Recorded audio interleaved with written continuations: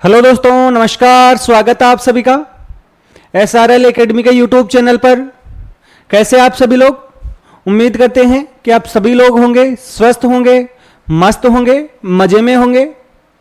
दोस्तों, आज के इस वीडियो के अंतर्गत हम बात करने वाले हैं नर जनन तंत्र के बारे में।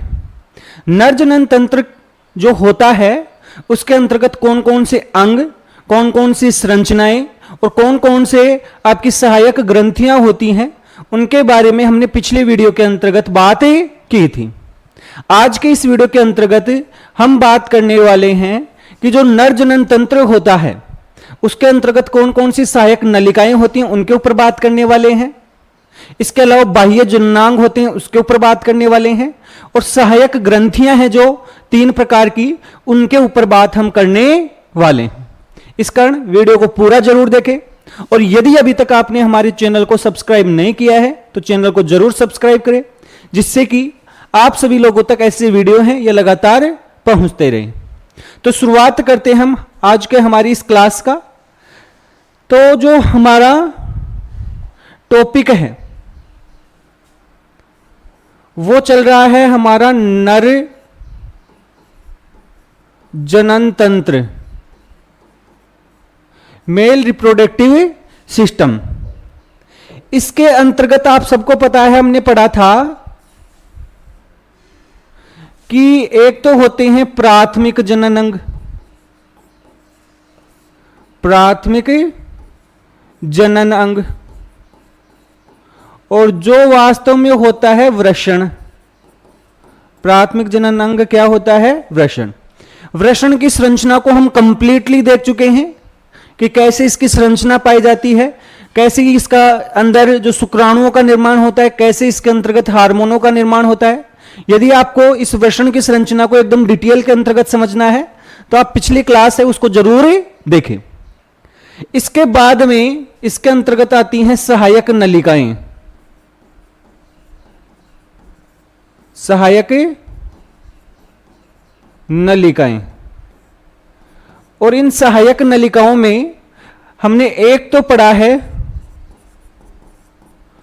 वृषण जालिका। क्या पढ़ा है? वृषण जालिका, जिसे हम बोलते हैं रेटे टेस्टिस।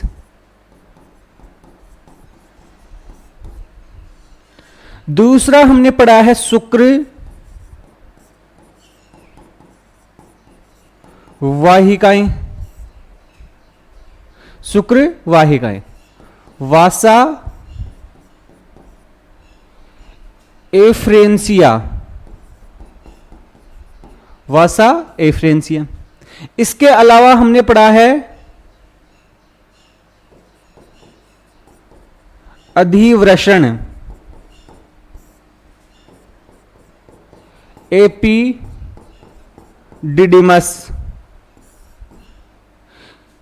इसके अलावा आ जाएगी हमारी शुक्र वाहिनी, जिन्हें हम कहते हैं वासा डेफरेंस। इसके बाद में आ जाएगी हमारी स्क्लन वाहिनी,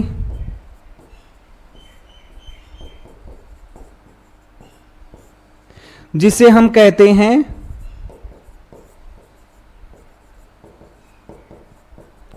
इजैकुलेटरी डक्ट। और इसके बाद में आ जाएगा जनन मूत्र मार्ग।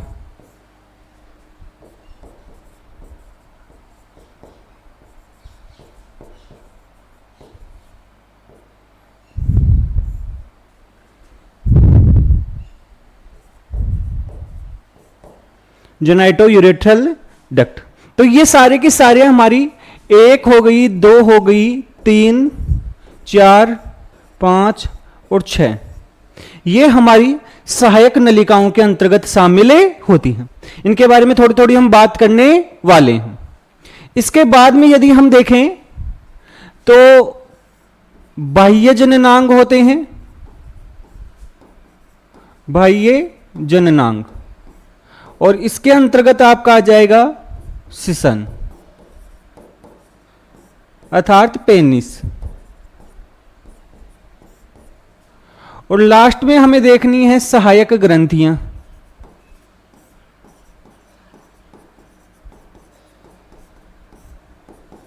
और इसके अंतर्गत शुक्राशय एक जोड़ी मतलब 2, प्रोस्टेट 1,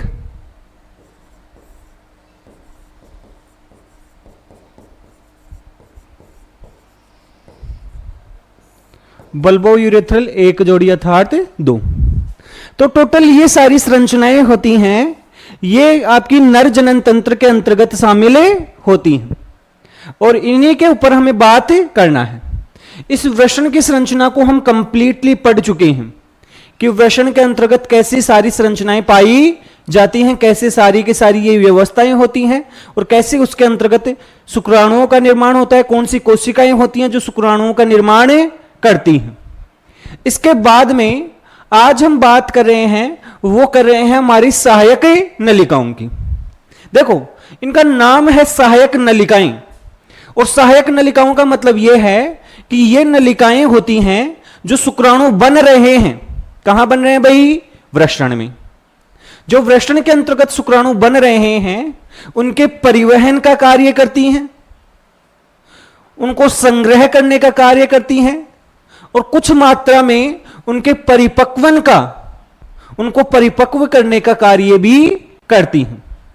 और इसके बाद में इन्हीं नलिकाओं की सहायता से जो वृषण में बनने वाले शुक्राणु होते हैं और उसके साथ जो अन्य ग्रंथियों के स्राव होते हैं, उनके मिलने के बाद में बनने वाला जो वीर्य अर्थात सीमन होता है, उसको बाहर की ओर छोड़ने का कार्य करती हैं। तो ये सहायक नलिकाएं एक तरीके से परिवहन का मुख्य रूप से कार्य करती हैं। हालांकि इन सभी नलिकाओं को हमने एक डायग्राम के अंतर्गत देखा था, लेकिन फिर से दोबारा से यदि हम इनको देखें,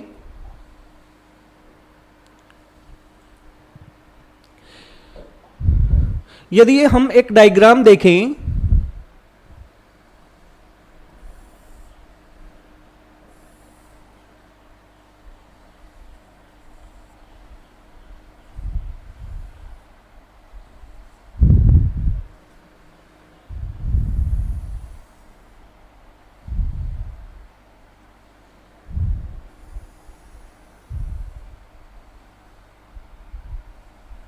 इन सारी संरचनाओं के नाम हम देखने वाले हैं। सबसे पहले थोड़ा सा हम डायग्राम बना के इसको समझ लेते हैं।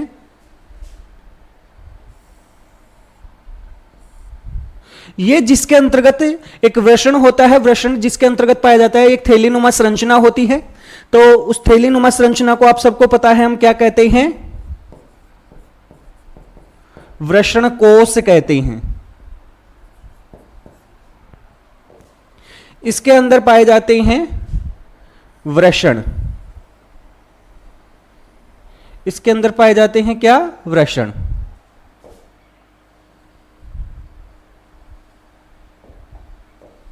वृषण के अंतर्गत आपकी बहुत सारे क्या होते हैं?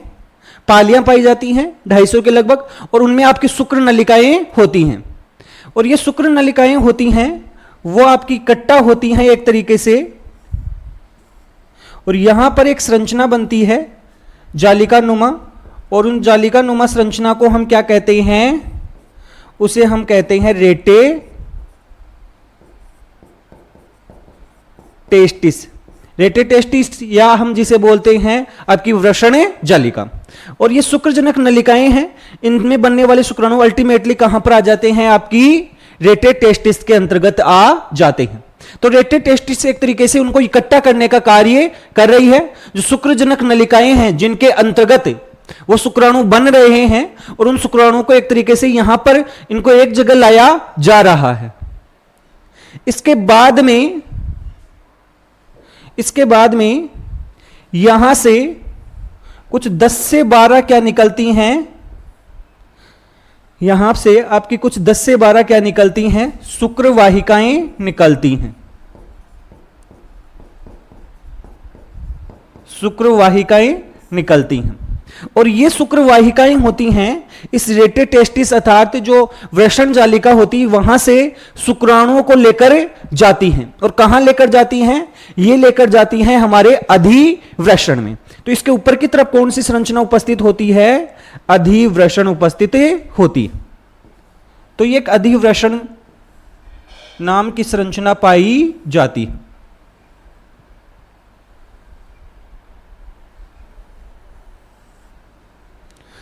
तो ये जो संरचना है जिसमें जाकर आपकी शुक्र वाहिकाएं मिल रही हैं, इस संरचना को हम बोलते हैं अधिवृषण।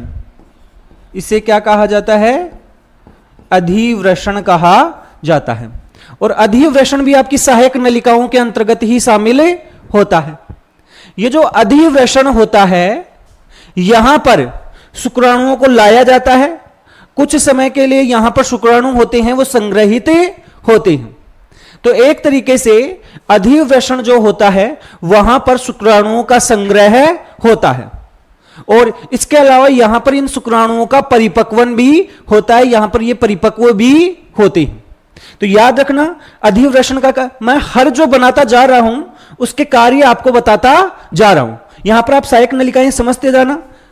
भाई ये वृषण कोश हम पहले पढ़ चुके। रेटे टेस्टिस आप समझ ही गए हैं कि जालिका नुमा संरचना है जहां पर उसको एक तरीके से लाकर इकट्ठा किया जा रहा है। यहां से फिर ये शुक्रवाहिकाएं निकलती हैं 10 से 12 और वो लेकर जाती है आपकी कहां पर? अधिवृषण में।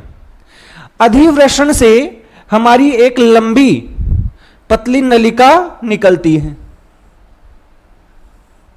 क्या निकलती है? नलिका। और इसे हम क्या कहते हैं?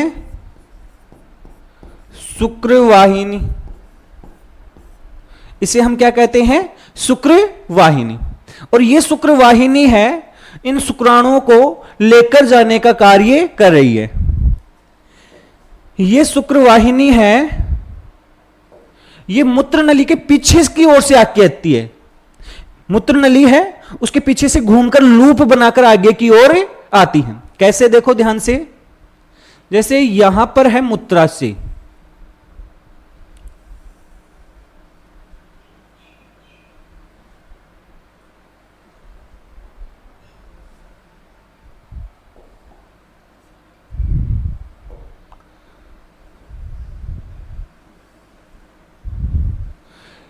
ये मूत्र नली है। ऐसे ही इसी तरफ भी है। तो ये जो शुक्रवाहिनी है ये इसके पीछे से घूमकर आती है।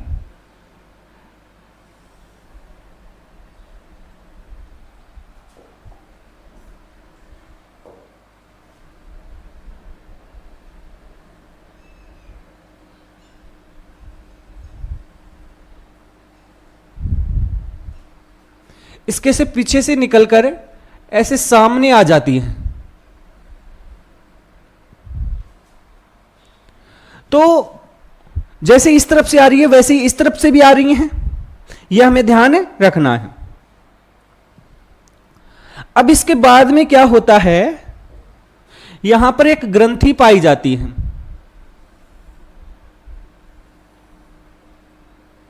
और ऐसी ही एक ग्रंथि इस तरफ भी पाई जाती है।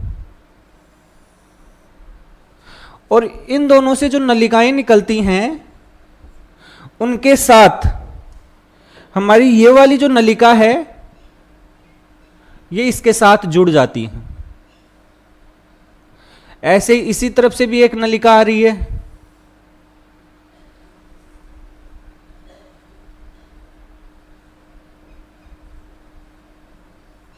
ये इसके साथ जुड़ जाती है। ये जो ग्रंथि है जिसका नाम है शुक्राशय ग्रंथि, सेमाइनल वेसिकल इसे कहते हैं और इस ग्रंथि को हम आगे समझने वाले। यहां से निकलने के बाद में ये एक जो नलिका बनती है इस नलिका को हम क्या कहते हैं? स्क्लन वाहिनी। इसे क्या कहते हैं? स्क्लन वाहिनी कहते हैं। तो स्क्लन वाहिनी कब होती है? जब शुक्र वाहिनी के साथ में शुक्राशय की जो नलिकाएं हैं जो शुक्राशय के तरल को लेकर आ रही हैं वो जुड़ जाती हैं, तो उसके बाद में उसे क्या कहा जाता है? स्खलन वाहिनी कहा जाता है, इजैकुलेटरी डक्ट कहा जाता है। यह हमें ध्यान रखना है। तो यह हो गई स्खलन वाहिनी। तो लगभग हमारी ये नलिकाएं बनती जा रही हैं। इसके बाद में ये आपकी यहां पर इसके साथ कंटिन्यू हो जाती। और अब इस नलिका को हम क्या कह देते हैं? इसे हम कहते हैं जनन मूत्र मार्ग। जनन मूत्र मार्ग। और ये एक लंबी नलिका है जो अल्टीमेटली इस संरचना के द्वारा होकर गुजरती हैं, जिसे हम क्या कहते हैं? सिसन, अर्थात पेनिस इसे हम कहते हैं, जिसके द्वारा ये गुजरती हैं। और एंड में ये बाहर की ओर खुल जाती हैं एक छिद्र की सहायता से। एक छिद्र की सहायता से खुले जाती हैं, जिसे हम क्या कहते हैं? जनन मूत्र छिद्र कहते हैं। तो ये इसकी क्या होती हैं? सहायक नलिकाएं होती हैं। जब हमने इनकी सहायक नलिकाओं को एक तरीके से देख लिया है, इनके कार्य भी हमने देख लिए हैं, अब इसके बाद में कुछ ग्रंथियां हैं। ये एक ग्रंथि तो आप समझ ही गए हैं, शुक्राशय, जो कि एक जोड़े के अंतर्गत है। टोटल कितनी हो गई है? 2, एक इस तरफ और एक इस तरफ। यहां पर एक अखरोट के आकार की ग्रंथि होती है, और जो इस पूरे जो हमारी स्खलन वाहिनी होती है और इसके बाद में ये जो पूरी संरचना होती है नलिका जैसी, उसके चारों तरफ लिपटी हुई होती है, जिसे हम क्या बोलते हैं? प्रोस्टेट ग्रंथि कहते हैं। क्या कहते हैं? प्रोस्टेट ग्रंथि। ये शुक्राशय प्रोस्टेट ग्रंथि होती है। इनके द्वारा कुछ ना कुछ पदार्थ स्रावित किए जाते हैं, वो हम देखने वाले हैं। वो पदार्थ क्या कार्य करते हैं वो भी हम समझने वाले हैं। और इसके साथ में यहां पर एक और छोटी सी ग्रंथि होती है, और ये जो ग्रंथि होती है ये जोड़े में पाई जाती है, जिसे हम क्या कहते हैं? बल्बो यूरेथ्रल ग्रंथि कहते हैं। तो ये सारी संरचनाएं उपस्थित होती हैं। इस सिसन की संरचना को भी हम देखने वाले हैं। सबसे पहले ये जो तीन ग्रंथियां हैं इनको हम देख लेते हैं, और उसके बाद में हम बाह्य जननांग के रूप में इस सिसन की संरचना को समझने वाले हैं।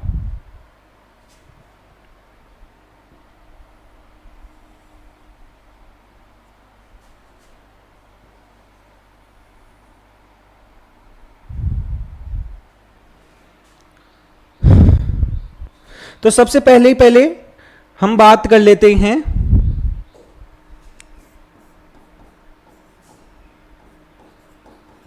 सहायक ग्रंथियों के बारे में।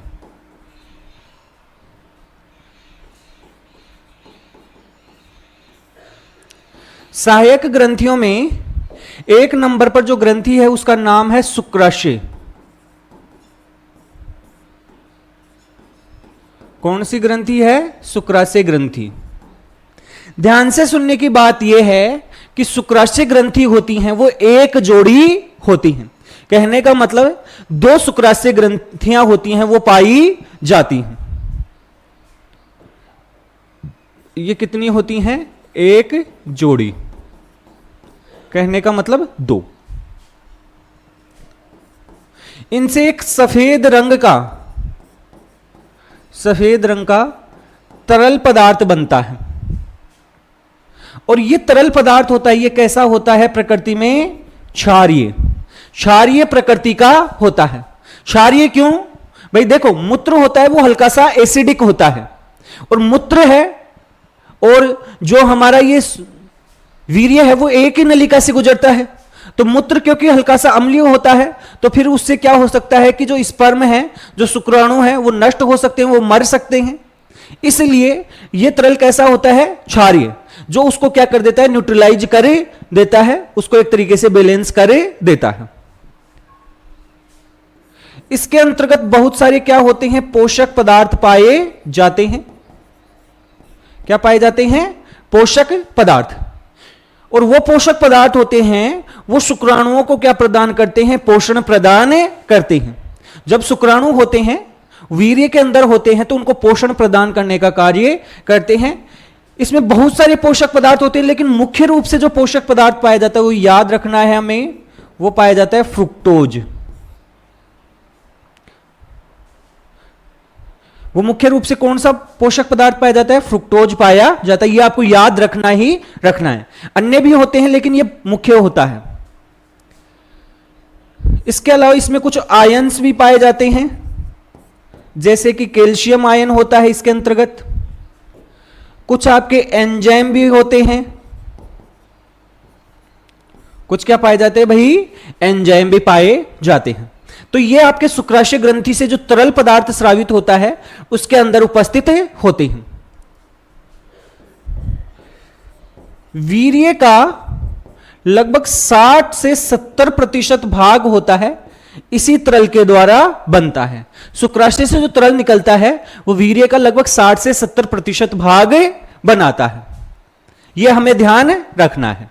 तो यह कौन सी ग्रंथि हो गई? हमारी शुक्राशय ग्रंथि, सेमाइनल वेसिकल हो गई है। इसके बाद में दूसरी देखो भाई, और दूसरी ग्रंथि है प्रोस्टेट ग्रंथि।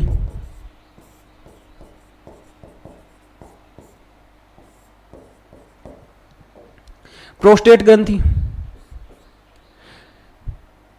एक होती है, मतलब ये जोड़े में नहीं होती है, एक केवल सिंगल पाई जाती है। इसके अलावा यदि हम देखें, इससे भी तरल पदार्थ स्रावित होता है। इससे क्या पदार्थ स्रावित होता है? तरल। इसका जो तरल पदार्थ होता है वो भी कैसी प्रकृति का होता है? क्षारीय प्रकृति का होता है। ये वीर्य का लगभग 20 से 30% हिस्सा बनाता है। कितना प्रतिशत है? 20 से 30% हिस्सा होता है वो इसके द्वारा बनता है। इन दोनों के अलावा जो तीसरी ग्रंथि होती है जिसे हम काउपर्स ग्रंथि या फिर बल्बो यूरेथ्रल ग्रंथि कहते हैं, बल्बो यूरेथ्रल ग्रंथि कहते हैं, वो पाई जाती है। और ये जो ग्रंथि होती है बल्बो यूरेथ्रल ग्रंथि, ये एक जोड़ी है। कितनी है भाई? एक जोड़ी, मतलब संख्या में कितनी होती हैं? 2। इससे भी एक तरल पदार्थ स्रावित होता है जो वीर्य का लगभग 10% हिस्सा बनाता है। लगभग कितना प्रतिशत हिस्सा? 10% हिस्सा ये बनाता है।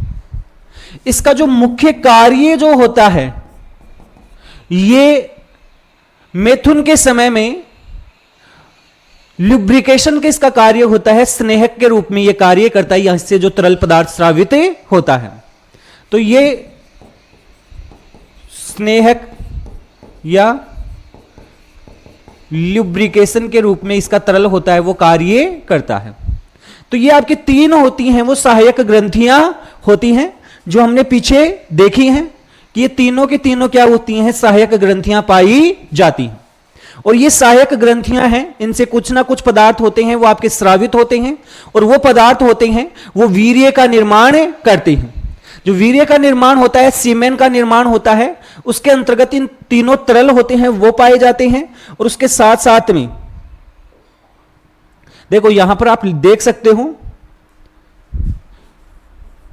कि जो वीर्य है या जिसे हम सीमन कहते हैं, उसके अंतर्गत क्या होता है भाई? शुक्राणु तो होते ही होते हैं, प्लस शुक्राशय का तरल होता है, प्लस प्रोस्टेट का तरल होता है, और प्लस इसका बल्बो यूरेथ्रल का तरल होता है।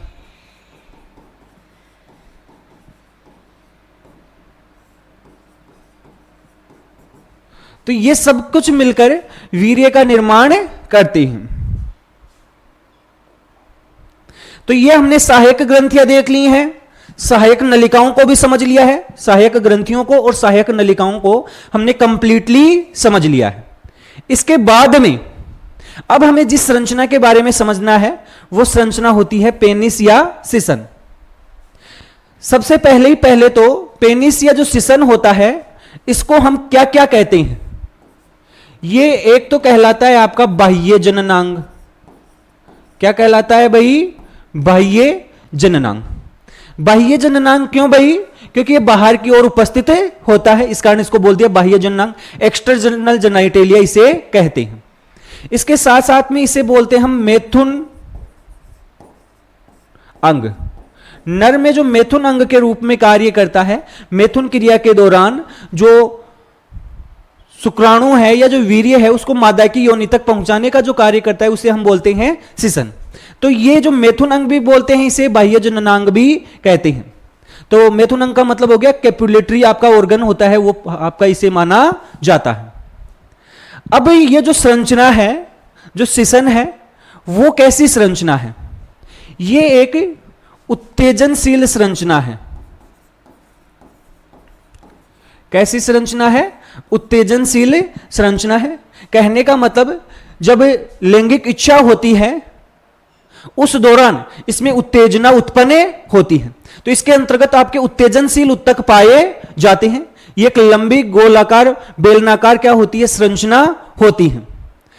ये जो संरचना होती है ये मैथुन क्रिया के दौरान, ये जो संरचना होती है ये मैथुन क्रिया के दौरान जो वीर्य होता है, जो सीमेन होता है, उसको मादा की योनि तक पहुंचाने का कार्य करता है। ये जो उत्तक होता है या जो ये संरचना होती है एक विशेष प्रकार की उत्तेजनशील सिसन होता है। वो एक उत्तेजनशील जो उत्तक होता है उसके द्वारा बना होता है और इसी कारण से इसके अंतर्गत उत्तेजना उत्पन्न होती है। ये क्या हो जाता है कि लैंगिक उत्तेजना के समय में जो आपका सीधा हो जाता है और इसके साथ साथ में इसका जो आगे वाला हिस्सा होता है ये थोड़ा सा क्या होता है? फूला हुआ होता है, जिसे हम क्या कहते हैं? जिसे हम सिसन मुंड कहते हैं या हम कहते हैं ग्लांस पेनिस। तो आगे वाले फूले हुए हिस्से को हम ग्लांस पेनिस या सिसन मुंड कहते हैं। और इस सिसन मुंड होता है, यहां पर एक ढीली त्वचा पाई जाती है और ये जो ढीली त्वचा होती है ये आगे पीछे हो सकती है। इस त्वचा को हम अग्रछद, इस त्वचा को हम क्या कहते हैं? अग्रछद या फिर कहते हैं फोर स्किन। इसे क्या कहा जाता है? अग्रछद या फोर स्किन कहा जाता है। तो ये संरचनाएं होती हैं, ये इसके अंदर पाई जाती हैं। जो सिसन होता है इसको यदि हम ट्रांसवर्स काट इसकी हम देखते हैं कि इसके अंतर्गत कौन कौन से उत्तक होते हैं, कैसे कैसे ये पाए जाते हैं, यदि इसको हम देखें तो इसके अंतर्गत आपके 3 विशेष उत्तेजनशील उत्तक होते हैं, वो उपस्थित होते हैं। और यदि इसकी हम टीएस काट देखते हैं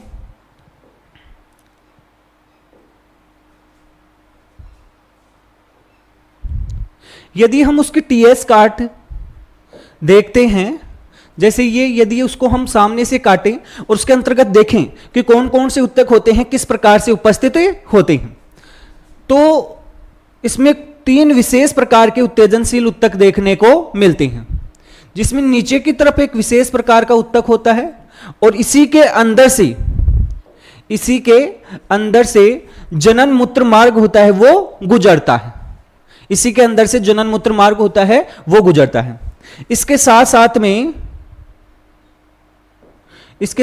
में यहां पर 2 विशेष उत्तेजनशील उत्तक होते हैं, वो भी पाए जाते हैं, वो उपस्थित होते हैं। तो इस प्रकार से 3 विशेष उत्तेजनशील उत्तक होते हैं। ये इसकी हमें ट्रांसवर्स काट अर्थात अनुप्रस्थ काट के अंतर्गत दिखाई देते हैं। ये जो 2 होते हैं उन्हें हम क्या बोलते हैं? उन्हें हम बोलते हैं कॉर्पस कैवर्नोसा। Corpus cavernosa. और ये कॉर्पस कैवर्नोसा होते हैं, ये दोनों साइडों में होते हैं। दोनों क्या होते हैं, साइडों में, ऊपर की तरफ दोनों साइडों के अंतर्गत ये पाए जाते हैं। और इसके नीचे की तरफ यदि हम देखेंगे तो एक विशेष उत्तेजनशील उत्तक पाया जाता है जिसे हम क्या कहते हैं, कॉर्पस स्पोंजियोसम कहते हैं। क्या कहते हैं, कॉर्पस स्पोंजियोसम। तो ये तीन विशेष प्रकार के उत्तक होते हैं जिसमें से दो होते हैं उन्हें हम बोलते हैं कॉर्पस कैवर्नोसा, जो ऊपर की तरफ होते हैं और दोनों साइडों के अंतर्गत पाए जाते हैं। और ये नीचे की तरफ उत्तक होता है जिसको हम कॉर्पस कैवर्नोसा कॉर्पस स्पोंजियोसम कहते हैं। और इसी के अंदर से जनन मूत्र मार्ग होता है, वो इसी के अंदर से होकर गुजरता है। तो इस प्रकार से जो नर होता है उसके अंतर्गत कौन कौन सी संरचनाएं होती हैं, कैसे कैसे ये पाई जाती हैं, ये सब कुछ हमने देखा है। हमने इसके प्राथमिक जननांग वृषण के बारे में पढ़ा, हमने इसके अंतर्गत पाई जाने वाली जो सहायक नलिकाएं होती हैं वो कौन कौन सी होती हैं, कैसे कैसे उनके कार्य होते हैं उसके बारे में पढ़ा है। इसके अलावा इनकी सहायक ग्रंथियां, तीन विशेष सहायक ग्रंथियां थी वो देख ली हैं। बाह्य जननांग के रूप में सिसन या पेनिस की संरचना को हमने समझा है कि ये एक विशेष प्रकार का उत्तेजनशील अंग होता है जो मैथुन के समय में जो शुक्राणु होते हैं उनको योनि तक पहुंचाने का कार्य करता है। इसका आगे का फूला हुआ हिस्सा होता है जिसे हम ग्लांस पेनिस कहते हैं। आगे की तरफ एक ढीली स्किन होती है, त्वचा पाई जाती है जिसे हम फोर स्किन अग्रछद उसे हमें कहते हैं। और यदि उसकी हम एक टीएस काट देखें तो उसके अंतर्गत हमें तीन विशेष प्रकार के उत्तेजनशील उत्तक होते हैं, उनके बंडल पाए जाते हैं। जो दो बंडल होते हैं वो ऊपर की साइड होते हैं और साइड के अंतर्गत उपस्थित होते हैं जिन्हें हम क्या कहते हैं, कॉर्पस कैवर्नोसा कहते हैं। और एक नीचे की तरफ पाया जाता है जिसके अंदर से जनन मूत्र मार्ग गुजरता है जिसे हम कॉर्पस स्पोंजियोसम कहते हैं। तो ये सारी संरचनाएं हमने देख ली हैं। तो इस प्रकार से जो नर जनन तंत्र होता है इसका हिस्सा आपका कंप्लीट होता है। आप सभी लोगों को ये सारी बातें हैं ये आसानी से समझ में आई होगी ऐसी हम उम्मीद कर रहे हैं। यदि फिर भी आपको कोई चीज समझ में नहीं आती है, आपको इसके बारे में कुछ पूछना हो तो आप कमेंट जरूर कर सकते हैं। बाकी यदि आप सभी लोगों को हमारा ये वीडियो है अच्छा लगा है तो वीडियो को ज्यादा से ज्यादा लाइक और शेयर जरूर कीजिए। और यदि अभी तक आपने हमारे चैनल को सब्सक्राइब नहीं कर रखा है तो इंतजार किस बात का कर रहे हैं, हमारे चैनल को जरूर सब्सक्राइब करें। बाकी यदि आप सभी लोगों को इनसे संबंधित नोट्स चाहिए और अन्य कोई जानकारी चाहिए होती है तो आप हमारे टेलीग्राम चैनल से भी जरूर जुड़ सकते हैं। हमारे टेलीग्राम चैनल है वो है SRL एकेडमी के नाम से। आप टेलीग्राम पर जाकर सर्च करेंगे SRL एकेडमी बायोलॉजी के लिए जो है चैनल, उससे आप जुड़े सकते हैं। धन्यवाद।